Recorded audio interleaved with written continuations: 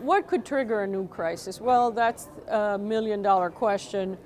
Someone asked, could it be China selling its treasury securities? That would be the trigger factor. My reaction to that seems highly improbable, that is not a particularly practical policy action. Why would the Chinese central bank want to incur capital losses? So another of the questions of would it be, say, the Chinese property bubble burst is something that could still be managed domestically. And I mentioned that generally the things that carry most damage for financial markets are the things that are least expected.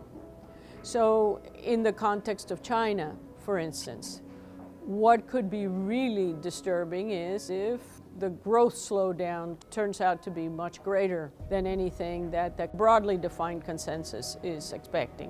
What could be another surprise? Hong Kong does have some of the high leverage, bubbly prices that we've seen in Ireland or in Spain or in other pre-crisis cases. There's a long list, and one that I emphasized greatly was right now there's an overwhelming tendency in the media, in the markets, among policymakers to determine that inflation is dead.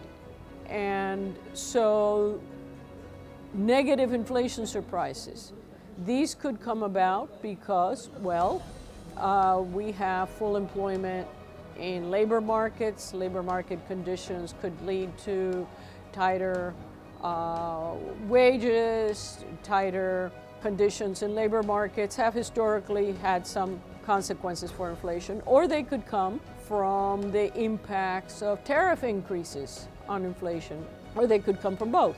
I think it's those kinds of negative surprises that often end up sparking a crisis, but that's a million-dollar question.